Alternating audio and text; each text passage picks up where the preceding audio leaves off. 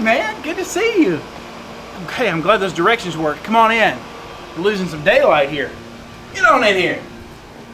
You know, we've been hanging out the past few weeks, and I just remember you've never really been in the studio before. So welcome. This is the place where I do most of my work throughout the week, and I thought it'd be great to give you a chance to see it, tour around, look at some things, and let's take a look. Starting here, this is a drum kit that in this room I get a lot of practice done in this front room. So I've got a little 4-piece kit set up here with some cymbals, kind of a jazz configuration. A lot of my jazz stuff I'm working on I do in here. And also over to the right I've got a practice pad kit where all the heavy grunt work gets done, just working out on the practice pad kit.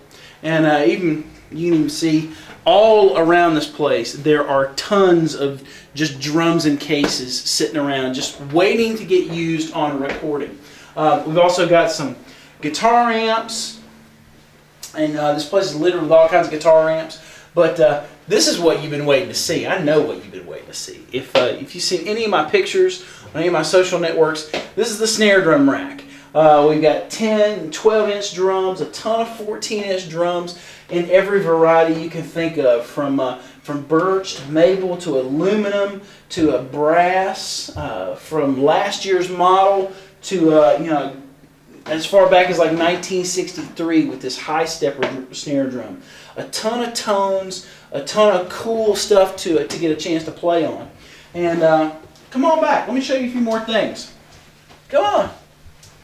So one of the things that almost everybody notices when they first walk in is this amazing painting done by my friend Tanya Haswell.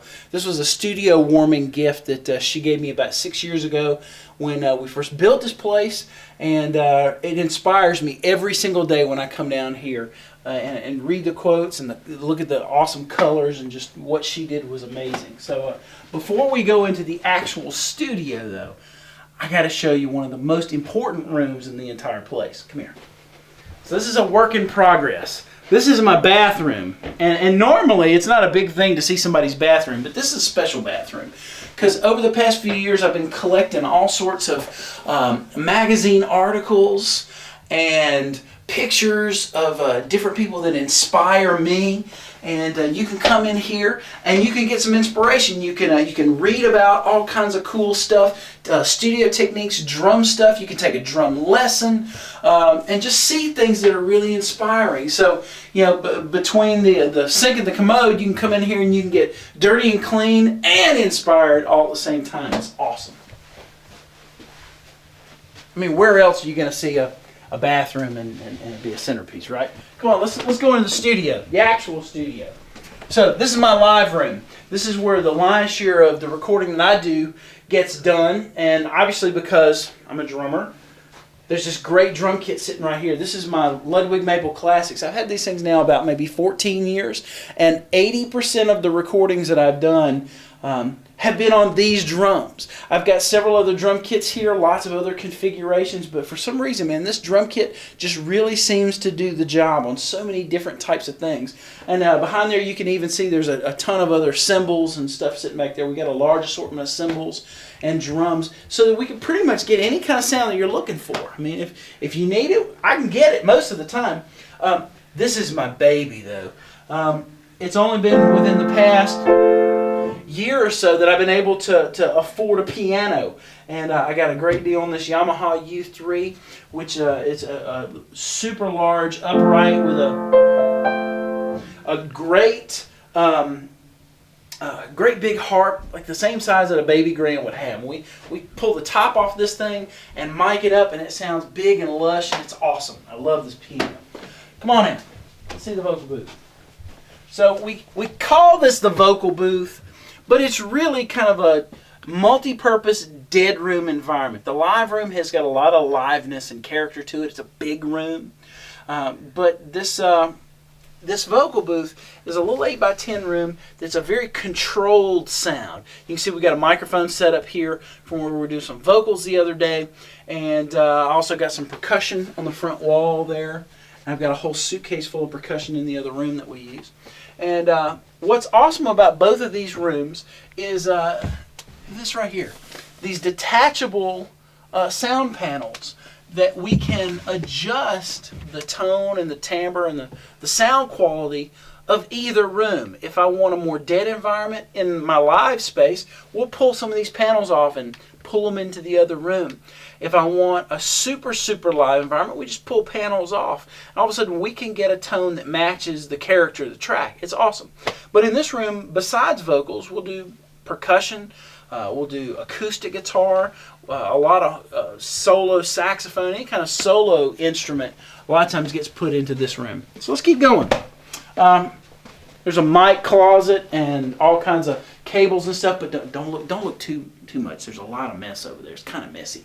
But that's where we house a lot of our microphones and cables.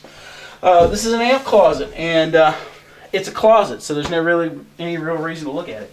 But we put guitar amps in there, especially when we're tracking full rhythm section. It just cuts down on the bleed. So this is the centerpiece of the studio. This is where, as they say, all the magic happens. This is the control room, and it's a super spacious environment that allows us to do all the things that we really need to do in the recording and mixing and mastering process. If you'll look, we've got a great keyboard station. Instead of having a bunch of standalone keyboards with a bunch of tones and sounds, I've got one Yamaha weighted controller that's MIDI'd into this quad-core computer that's in the desk. And we've got all kinds of awesome soft synths. So stuff from Native Instruments, IK Multimedia. I mean, if you can think of it, we probably have it. And it's just a great place to get a whole variety of tones and have them all in one place. It's the audio tie lines are hooked right into the mixing console, so we can get audio into our recording computers, which are over here. You'll see we've also got several racks of gear, compressors, ADATs, and all kinds of other things. Keep moving this way. Everything that really runs this room, though, is really in the front. And with this console setup, we've got all kinds of great stuff here.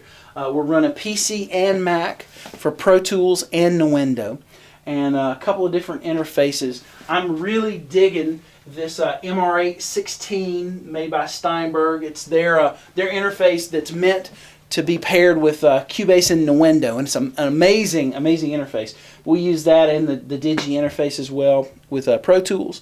We've got this amazing Toft Audio ATB24 console. Super mic pre's, an amazing EQ. It's modeled after the old Trident Series 80s vintage consoles. And I love this thing. It really has stepped up my game and sonically in terms of the tones and the sounds that we get on recordings and mixes. And then lastly, over here to the left, you'll see a whole rack of mic preamps. The mic preamps in this Toft are amazing, but occasionally, just like a box of crayons, you'll want some other colors. And so all of these different mic pre's that we've got from the Focusrite on down give us just a whole mix of different tones that we can use on recordings.